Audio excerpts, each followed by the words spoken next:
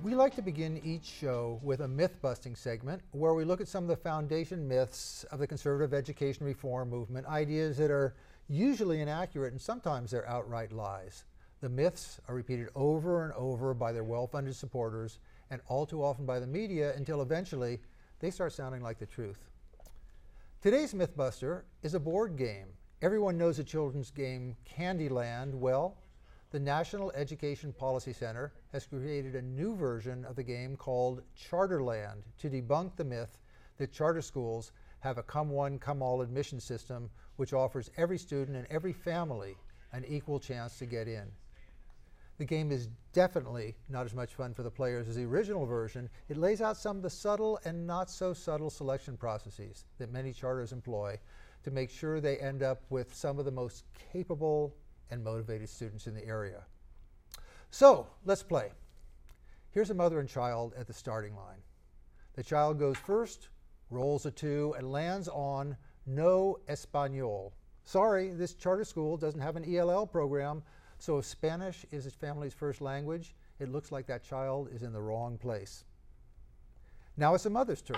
She rolls a 3 and lands on no free or reduced price lunches. If your family income is at or near the poverty level, your child will probably be better off at a school with a lunch program. Of course, if you're willing to make the financial sacrifice, willing to supply a nutritious lunch for your child every day and scrimp on something else your family needs, then you may be just the right kind of motivated mom the school wants. Maybe your child has a chance here. If not, better look elsewhere, like a district school with a free lunch program. Now the child rolls a 2. Sorry, the school doesn't have accommodations for students with disabilities. If you have physical conditions that need special care, or if you have learning problems that need extra attention, well, see that nice lady 2 squares ahead? She's pointing down the road and saying, why don't you try that school over there? Mom, it's your turn. Oh, look, you just landed on the GPS square. The school is located a long way from your home and it doesn't offer transportation. So either you drive your child back and forth to school every day or, sorry, looks like that charter school just isn't going to work out. Now the child rolls a 6 and learns there's no vacancy for you. Charter schools can choose not to accept new students, even when other children have left and they have empty desks. School districts don't have that choice. They can't say no. They have to take everyone, whether they have room or not. Poor mom, now she wants to move forward on the board, but she's got some charter application hoops and hurdles lined up in front of her.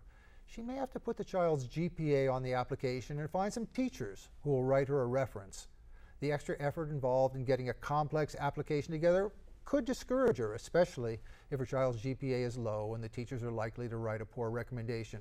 What parent wants to go through that kind of humiliation? Better not to apply.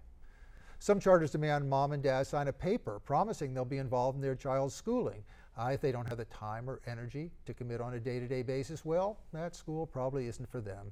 The enrollment process can involve time, money, paperwork, and anxiety. Only motivated parents, the kind of parents schools love to have working with their students, are likely to go through the process. For other parents who are less involved in their children's educations, it's much easier to stick with a school that just lets every child walk through the door.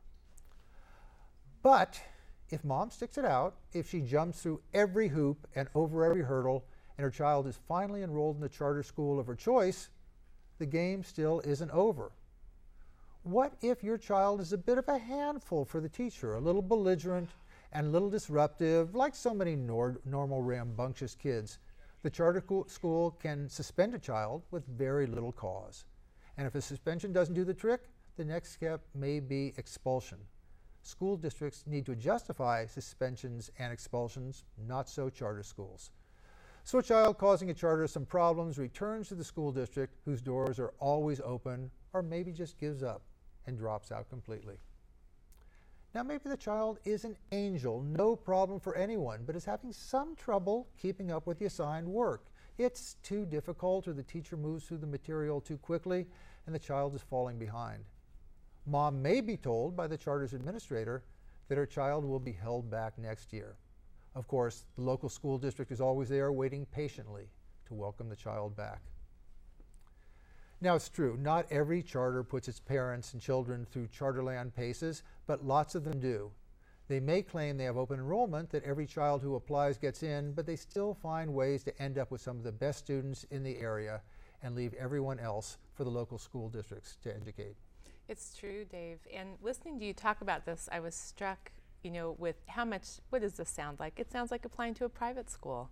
I mean, all of the paces that you're put through, the information that you have to provide, the fact that a lot of, services for kids who have special needs are not funded or available at private schools. And this is really what's happening, is that charter schools, are 100% publicly funded, but they're operating a lot like private schools. Meaning they're if not we're really honest. for the public, they're for a segment of the public. That's right. And another thing that a lot of charters require is a parent fee to attend the school, or to have your child attend the school. And so it's yet one more way to weed out children from low-income areas. And I think that the public is starting to become more aware of this disparity, but the question that I always wonder is why the U.S. Department of Civil Rights within the Department of Education does not actually do something about this, because it's not fair, it's not just if children with disabilities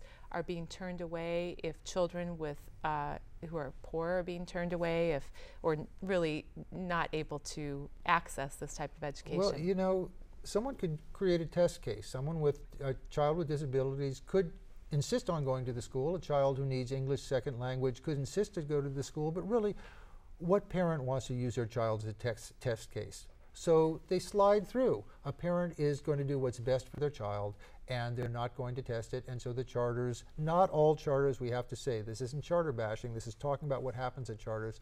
The charters get away often with getting the cream of the students from a certain area. They do, and I just think it's interesting that as we mark the anniversary of Brown versus Board of Education, that we are looking at a whole new way of resegregating our schools that, at least for now, seems to be perfectly legal.